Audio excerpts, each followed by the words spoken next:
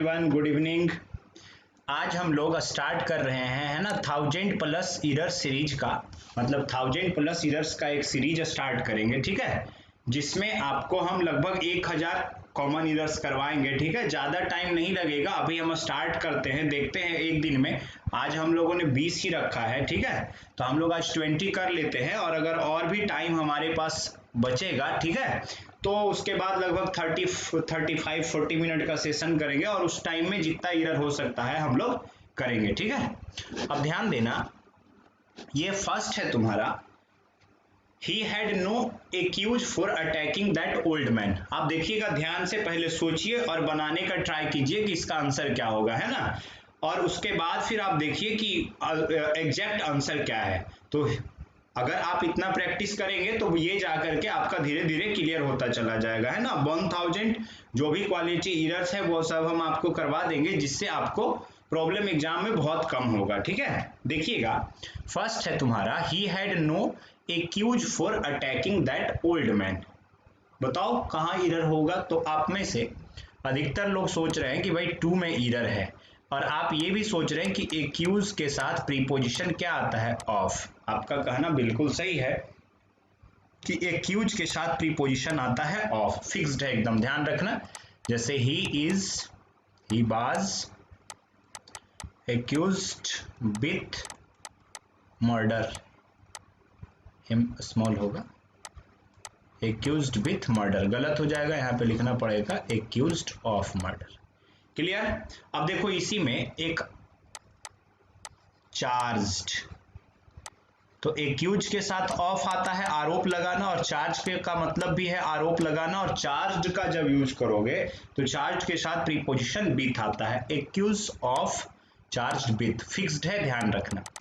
अब देखो, जो आपने बोला एक्यूज के साथ ऑफ होगा, लेकिन आप सेंस समझो, आपका इरर जाकर के सही बैठा है ना। आप जो आंसर करना चाह रहे थे वही हुआ, मतलब 2 ही इसमें इरर है, लेकिन इरर कहाँ है, जो ऑफ बोल रहे हो वो आपका गलत है। क्या गलत है भाई, he had no accuse for attacking that old man, मतलब ये बोलना चाह रहा है कि उसके पास कोई एक्यूज नहीं था कि उसने ओल्ड मैन पे अटैक क्यों किया। अब बताओ, देखो यहां पे ध्यान से समझना, एक वर्ड है एक्यूज और एक वर्ड है एक्सक्यूज, ठीक है। अब ध्यान रखना कि एक्यूज का यूज तब करते हैं जब किसी पे हम चार्ज करते हैं किसी चीज का, तो आरोप लगाते हैं। लेकिन यहाँ पे क्या बोल रहा है कि उसके पास कोई एक्यूज नहीं था, और या फिर उसके पास कोई एक्सक्यूज नहीं था। तो उसके पास कोई एक्सक्यूज नहीं था होगा, है ना। तो उसके पास कोई एक्सक्यूज नहीं था कि ये बताने के लिए कि उसने ओल्ड मैन पे अटैक क्यों किया। तो यहाँ पे देखो, अगर आप यहाँ पे इंप्रूवमेंट में ये क्वेश्चन होता तो आप गलत कर देते, क्योंकि वहां ऑप्शन ए में लिखा होता ऑफ, बी में लिखा होता एक्यूज केवल, सी में लिखा होता एक्सक्यूज, डी में लिखा होता एक्सक्यूज फॉर। तो हम यहाँ पे करते एक्सक्यूज फॉर। तो ध्यान रखना, he had no accuse, accuse for नहीं होगा, excuse for attacking that old man. तो आपका इरर तो सही जगह लगा है, लेकिन आप गलती कर चुके हैं। यहाँ पे क्या होना चाहिए, एक्सक्यूज होगा। क्लियर है, first point clear. Mothers keep on to encouraging their children to study. माएँ जो होती है वो अपने बच्चों को पढ़ने के लिए हमेशा इनकरेज करते रहती हैं। अब देखो ध्यान रखना, ये जब कीप और एक वर्ड है गो, एक वर्ड है कीप और कैरी के बाद जब हम ऑन का यूज करते हैं, गो on, keep on, carry on, तो इसका सेंस होता है टू कंटिन्यू। टू कंटिन्यू का मतलब क्या है, जारी रखना। तो जब गो ऑन, कीप ऑन और कैरी ऑन का बात करते हैं, तो ध्यान रखोगे कि गो on, keep on, carry on के बाद यूज किया जाता है जिरंड का। गो ऑन, कीप ऑन और कैरी ऑन के बाद क्या यूज करते हैं, जिरंड का यूज करते हैं। जैसे देखो, इसमें 2 सेंस समझ सकते हो। अगर गो, कीप, कैरी के बाद ऑब्जेक्ट आता है, ठीक है, तो ऑब्जेक्ट आता है तो इसके बाद आप यूज करोगे फुल इन्फिनेटिव का। फुल इन्फिनेटिव कहने का मतलब क्या है भाई, 2+V1 का। जैसे I keep a book to teach you, ठीक है, I keep a book, object आ गया है ना, तो टू टीच यू। लेकिन go on, keep on, carry on का जो सेंस आता है वो है कंटिन्यू करना का। और जब गो on, keep on, carry on का बात करते हैं तो इसके बाद जिरंड आता है। जैसे Raju kept on to playing cricket। अब हम एक बात बताओ, जब राजू क्रिकेट खेलता रहा तो ये सेंस देना चाह रहे हो, तो केप्ट ऑन के बाद तो हमने बोला है जिरंड, और जिरंड का जो फॉर्म है वो है V1 प्लस ING का, तो यहाँ पे टू की कोई जरूरत नहीं है। सेम यहाँ पे mothers keep on to encouraging नहीं होगा, mothers keep on encouraging their children to study. Clear? Next ध्यान देना, मोहन विशेष ही विल बी रिचर। ध्यान रखना, जब हम बात करते हैं आई बिस, ही बिस, सी बिस, है ना, सी होगा तो विशेष होगा, या फिर तुम यहां पे लिख सकते हो आई बिस्ड, तो सब्जेक्ट को आप चेंज कर सकते हो। ठीक है, तो ध्यान रखोगे जनरल जो रूल है वो क्या कहता है कि आई बिस का यूज जब करते हैं तो सब्जेक्ट के बाद हम वर्ब का यूज करेंगे या सेकेंड फॉर्म ऑफ वर्ब का। ठीक है, और जब बिस्ड लिखा हुआ है तो सब्जेक्ट के बाद had plus third form of verb का यूज करते हैं। जैसे आई विश, अगर इमेजिन कर रहे हैं तो I wish I was a king नहीं होगा, है ना, I were a king. I wish I go to Delhi गलत है, आई वेंट टू दिल्ली। लेकिन Raju wished he had a king गलत है, Raju wished he had been a king. तो सिमिलर ध्यान रखना है यहाँ पे।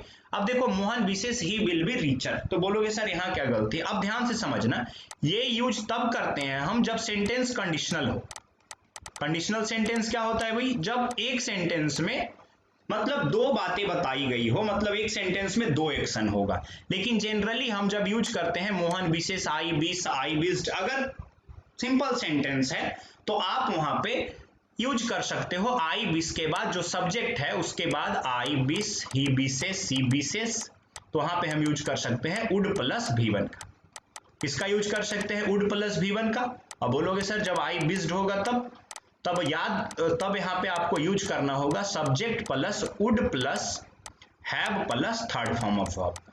लेकिन ध्यान रखोगे ये जो यूज होगा ये जब सेंटेंस में मतलब एक सेंटेंस में दो एक्शन होगा तब हम उसका यूज करेंगे, है ना। और इसका यूज तभी केवल होगा जब एक सेंटेंस में केवल एक ही एक्शन को मेंशन किया गया है, मतलब एक ही सेंटेंस है और उसमें एक ही क्लाउज है। और जब एक सेंटेंस में दो क्लाउज होगा तब ये फॉर्मूला फॉलो होगा, और एक सेंटेंस में केवल एक क्लाउज है तब हम यहाँ पे वुड का यूज करेंगे। और वुड के बाद बी तो तुम्हारा V1 ही है, तो यहाँ पे केवल चेंज हो जाएगा वुड। क्लियर? नेक्स्ट है I am not familiar with all the important places in this town although I had been living here for 2 years। कह रहा है कि मैं फैमिलियर नहीं हूं, आई am not familiar with all the important places. पहली बात ये समझ लो, फैमिलियर टू किसी व्यक्ति से, यदि आप किसी व्यक्ति को जानते हैं, किसी व्यक्ति से आप परिचित हैं तो फेमिलियर के साथ टू यूज करेंगे, और किसी प्लेस से, किसी कल्चर से, किसी लैंग्वेज से आप परिचित हैं, वाकिफ हैं, तो आप यूज करेंगे फेमिलियर के साथ विथ का। क्लियर है? जैसे I am familiar with you नहीं होगा, I am familiar to you, और आई एम फैमिलियर विथ, अब जैसे यहाँ पे लिखा ऑल द इंपॉर्टेंट प्लेसेस, तो I am familiar to all the important places नहीं, विथ होगा। तो यहाँ पे ये विथ जो लिखा हुआ है ये बिल्कुल क्या है, सही है। यानी फैमिलियर विथ, फैमिलियर टू क्या है भाई, person, familiar to a person हो जाएगा, और फैमिलियर विथ क्या होगा, प्लेस, है ना। और यहाँ पे क्या लिख सकते हो, कल्चर, और आप क्या लिख सकते हो, फैमिलियर ट्रेडिशन, कल्चर, यानी जो भी बोल लो, ठीक है ना। केवल पर्सन के साथ टू, बाकी जगह विथ यूज करोगे। ऑल द प्लेसेस, ऑल के बाद नाउन भी प्लुरल है, इन दिस टाउन। यद्यपि मैं यहाँ 2 साल से रह रहा था। एक बात बताओ, मैं यहाँ इस टाउन के सभी प्लेसेस से फैमिलियर नहीं हूं, यद्यपि अल्दो का मतलब है यद्यपि मैं यहाँ 2 साल से रह रहा था। गलत है, जब यहाँ प्रेजेंट की बात की हो, यानी अभी भी आप प्रेजेंट में वहां पे रह रहे हैं, तो यद्यपि मैं यहाँ 2 सालों से रह रहा हूं। देखो सिंस या फॉर के बाद जब टाइम आता है तो आप तो यूज पास्ट परफेक्ट कंटिन्यूअस या प्रेजेंट परफेक्ट कंटिन्यूअस टेंस का भी कर सकते हो, लेकिन अब ये डिपेंड करता है पहले वाले सेंटेंस पे। अगर ये पास्ट है, पास्ट परफेक्ट कंटिन्यूअस टेंस के साथ चले जाओ, प्रेजेंट है तो आपको प्रेजेंट परफेक्ट कंटिन्यूअस टेंस के साथ जाना होगा, तो यहाँ पे हैड बीन का यूज नहीं होगा। यहाँ पे हम लिखेंगे although I have been living here for 2 years, मतलब मैं इस टाउन के सारी इंपॉर्टेंट प्लेसेस से वाकिफ नहीं हूं, यद्यपि मैं यहाँ 2 सालों से रह रहा हूं। Next, every day we hear about, हम लोग हर दिन सुनते हैं कि सीनियर सिटीजन बीइंग रॉब्ड, मतलब सीनियर सिटीजन्स को लूटा जा रहा है, रॉब का मतलब लूटा जाना, and even kill in cold blood. Cold blood क्या होता है भाई? दुश्मनी में,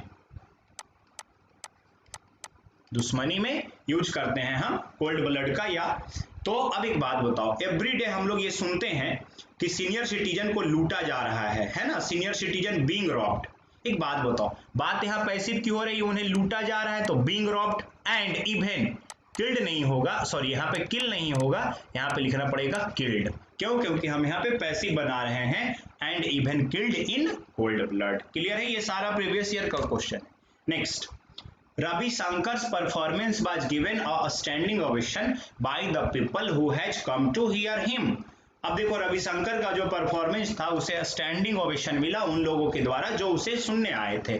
तो देखो यहाँ पे बात किया रविशंकर परफॉर्मेंस, रविशंकर का परफॉर्मेंस पर्सन है तो उसके लिए अपोस्ट्रोफ है, ठीक है।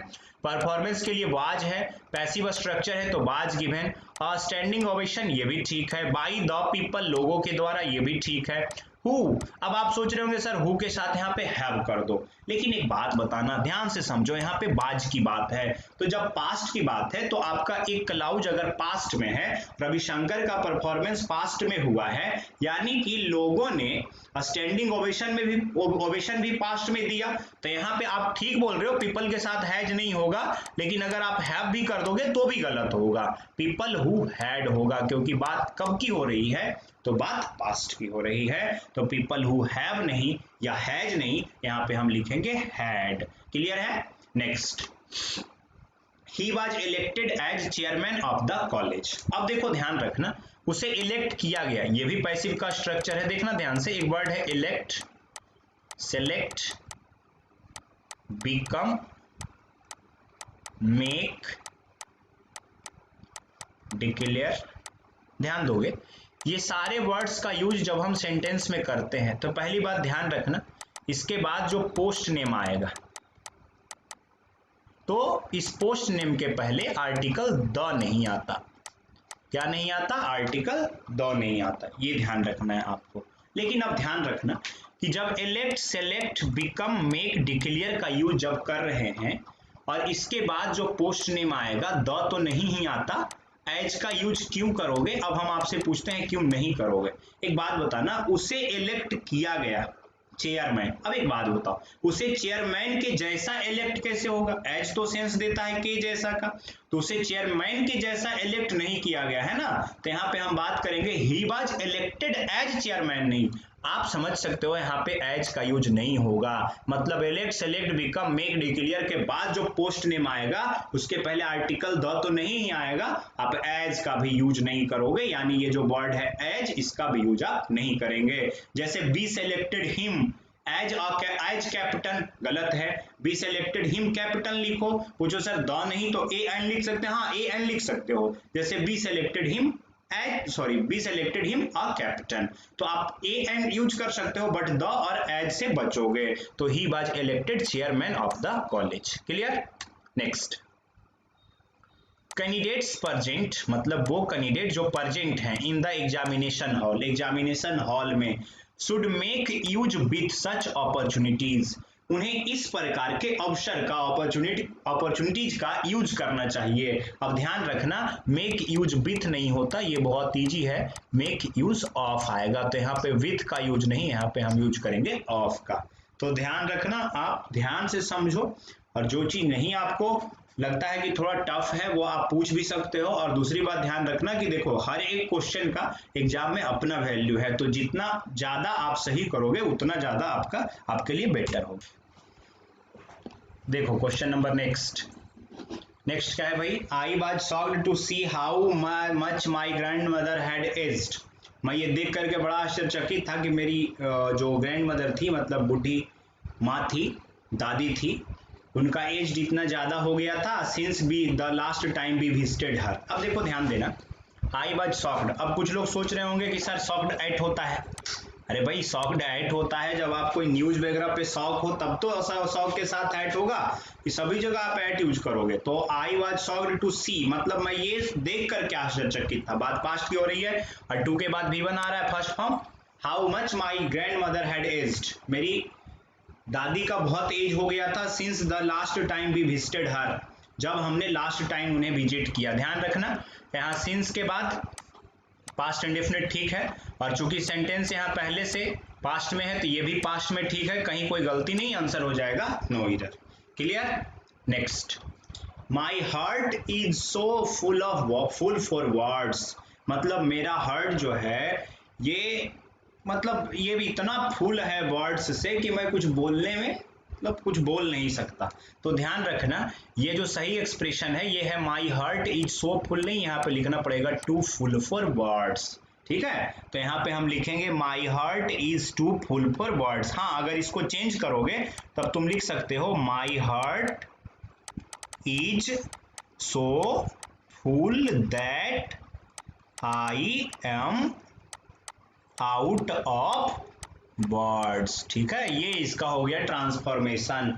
तो अब इसका सेंस देखो, मेरा हार्ट इतना भरा हुआ है, मतलब मान लो कि कोई कुछ किसी के साथ कोई इवेंट हुआ जो अच्छा नहीं है ना, तो उससे वो क्या होता है, बहुत आहत होता है कि वो कुछ बोलने के, मतलब बोलने में भी असमर्थ होता है, कुछ बोल नहीं पाता। That is called my heart is so full that I am out of words. Question number next, the management committee was divided in their opinion.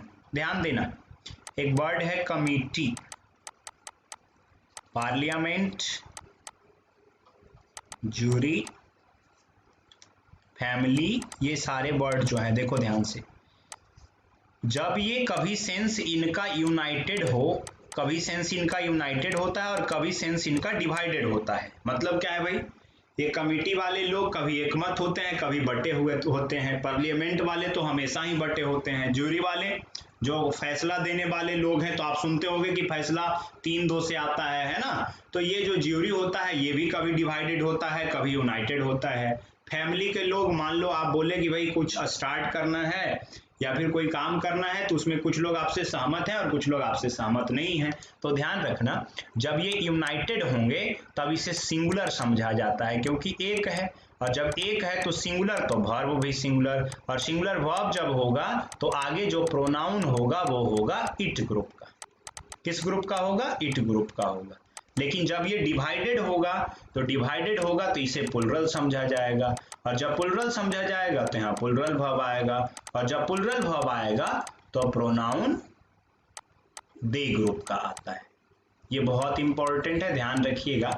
ये यूनाइटेड होते हैं। भाई बोलोगे यूनाइटेड कैसे, सेंटेंस देखोगे तो पता ही चल जाएगा, है ना। जैसे अगर हम बोले द गवर्नमेंट, गवर्नमेंट भी शामिल कर सकते हैं यहाँ पे, तो हम यहाँ पे क्या लिख सकते हैं, the government is United over the Kashmir issue, सही है।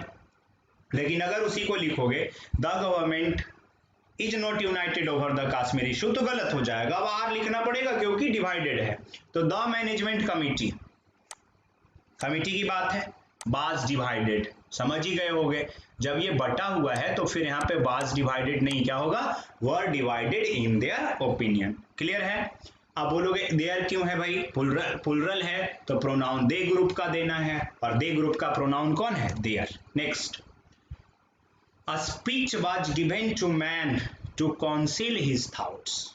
अब देखो यहाँ पे ये CONACL कोई वर्ड ही नहीं है, यहाँ पे आपको कॉन्सिल मतलब CONCEAL का यूज होगा। तो ध्यान रखना, यहाँ पे कॉन्सिल का मतलब क्या है, बात कर रहा है छुपाने का, हाइड करने का, है ना। तो ये तुम्हारा CONACL कोई वर्ड नहीं है ना। तो यहाँ पे speech was given to man मतलब उसके सामने भाषण दिया गया कि ताकि वो अपने विचारों को दबाए रख सके, कॉन्सील करके रख सके। तो यहाँ पे CONCEAL का यूज होगा। तो देखना, देख ही रहे हो ये सारा क्वेश्चन प्रीवियस ईयर में आया हुआ है, तो कभी कभी ग्रामर रिलेटेड, कभी कभी वोकैब रिलेटेड भी होता है। ठीक है, next, while I was driving home I heard some shocking news at the radio. जब मैं घर जा रहा था, आई वॉज ड्राइविंग होम मतलब मैं घर जा रहा था, I heard some shocking news, मुझे बहुत ही शॉकिंग न्यूज मिला एट द रेडियो। ध्यान रखना, प्रीपोजिशन एट नहीं होगा, रेडियो पे न्यूज के लिए हम यूज करते हैं ऑन द रेडियो। तो यहाँ पे I heard some shocking news, at the radio नहीं होगा, सही होगा on the radio. Next, everyone of us has to be very vigilant to safeguard our hardly born liberty, हम में से सबको काफी सतर्क होना चाहिए, बहुत ही सतर्क होना चाहिए। विजिलेंट का मतलब क्या होता है? सावधान, सतर्क। इसलिए भाई टू सेफगार्ड मतलब बचाना।